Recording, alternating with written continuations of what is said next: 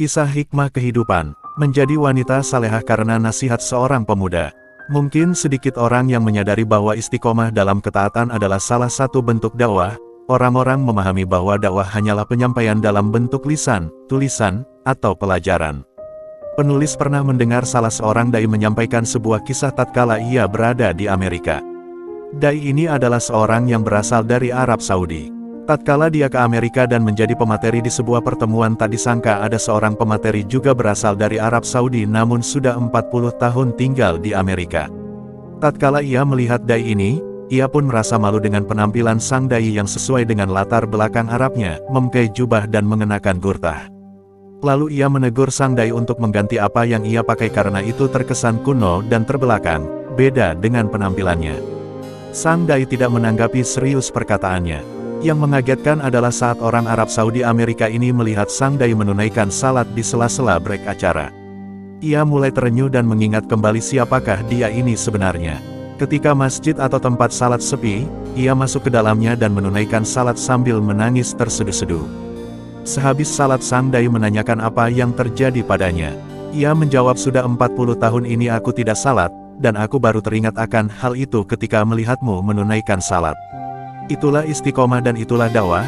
Istiqomah dalam ketaatan itu bisa menginspirasi pelaku dosa untuk bertaubat dan berhenti dari perbuatan dosanya. Sebagaimana kisah berikut ini, seorang pemuda yang soleh, menginspirasi seorang wanita yang hidupnya dipenuhi kelalaian dan jauh dari nilai-nilai ketaatan kepada Allah. Berikut kisahnya, dari Ahmad bin Said dari bapaknya, ia berkisah. Di Kufah terdapat seorang pemuda yang rajin beribadah. Ia selalu ke masjid, tidak pernah tidak. Ia juga seorang yang tampan dan baik. Lalu ada seorang gadis cantik dan cerdas jatuh hati padanya. Selang berapa lama, suatu hari gadis itu berdiri di jalan yang biasa dilewati pemuda menuju masjid. Gadis itu berkata untuk merayunya, dengarkanlah ucapanku, kemudian setelah itu terserah kamu. Pemuda itu berlalu tanpa sepatah kata keluar dari mulutnya. Sewaktu pemuda itu pulang dari masjid, wanita tersebut masih berdiri di tempatnya. Dia berkata, wahai Fulan, dengarkanlah ucapanku. Pemuda itu serba salah, lalu ia pun menjawab, ini adalah perbuatan yang bisa mendatangkan prasangka buruk. Sementara aku tidak menyukai hal itu. Gadis itu berkata, demi Allah, tidaklah aku berdiri di sini karena ketidaktahuanku tentang dirimu. Nauzubillah, kalau orang-orang melihat seperti itu dariku. Yang membuatku berani dalam urusan ini adalah pengetahuanku bahwa sedikit dari hal ini menurut orang-orang adalah banyak. Dan kalian para ahli ibadah dalam urusan ini bisa berubah oleh sesuatu yang remeh. Yang ingin aku katakan kepadamu adalah anggota tubuhku selalu tertuju padamu. Maka Allah pertimbangkanlah urusanku dan urusanmu. Maksud gadis ini, ia telah lama memperhatikan sang pemuda, oleh karena itu ia katana tujuannya berdiri di jalan tersebut karena tahu dan kagum kepada sang pemuda. Ia berani merayu sang pemuda walaupun orang-orang soleh seperti pemuda ini menganggap besar dosa-dosa yang diremehkan orang. Namun tidak jarang mereka juga tergelincir oleh wanita. Gadis itu katana, kalian ahli ibadah bisa berubah karena urusan yang remeh. Pemuda itu pulang dan hendak menunaikan salat sunnah pen di rumah.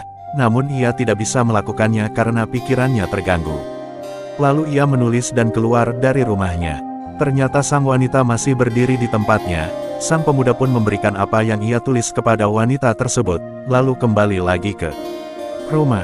Tulisan itu berisi, Bismillahirrahmanirrahim, ketahuilah wahai Fulanah, jika ada seorang muslim yang bermaksiat kepadanya, maka dia menutupinya.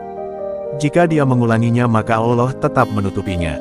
Tetapi jika ia telah memakai pakaian kemaksiatan, maka Allah Azza wa Jalla murka dengan kemurkaan di mana langit, bumi, gunung, pohon, dan hewan-hewan tidak kuasa menanggungnya. Siapa yang kuat menanggung murkanya?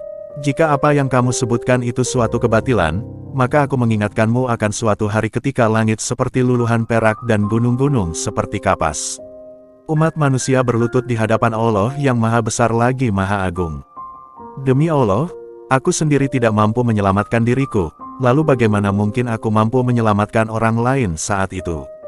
Jika apa yang kamu sebutkan itu benar ingin mengobati luka, maka akan kutunjukkan kamu kepada dokter yang mampu mengobati luka yang perih dan rasa sakit yang pedih. Dia adalah Allah Rabbul Alamin.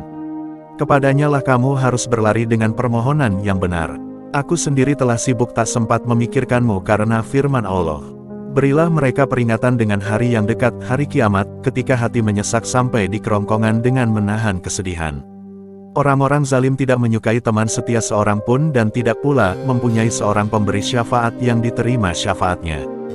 Dia mengetahui pandangan, mata yang hianat dan apa yang disembunyikan oleh hati. Dan Allah menghukum dengan keadilan. Dan sembahan-sembahan yang mereka sembah selain Allah tiada dapat menghukum dengan sesuatu apapun. Sesungguhnya Allah Maha Mendengar lagi Maha Melihat.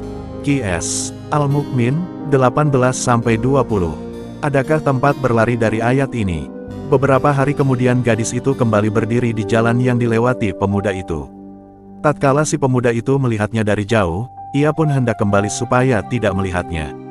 Tetapi gadis itu berkata, "Wahai pemuda, jangan kembali. Karena tidak ada pertemuan setelah ini, kecuali di hadapan Allah Azza wa Jalla." Lalu dia menangis dengan keras. Gadis itu berkata, "Aku memohon kepada Allah di mana kunci hatimu berada di tangannya agar memudahkan urusanmu yang sulit." Kemudian gadis itu mengikutinya dan berkata, "Bermurah hatilah kepadaku dengan nasihat yang bisa aku bawa. Berikanlah wasiat kepadaku yang bisa aku kerjakan." Pemuda itu berkata, "Bertakwalah kepada Allah, jagalah dirimu, ingatlah firman Allah, dan dialah yang menidurkanmu di malam hari dan dia mengetahui apa yang kamu kerjakan pada siang hari." Qs. Al-An'am, 60. Gadis itu tertunduk, dia menangis lebih keras dari tangisannya yang pertama. Setelah itu dia tidak keluar rumah, dia bersungguh-sungguh beribadah. Dia tetap seperti itu hingga meninggal dalam kesedihan, menyesali dosa-dosanya selama ini.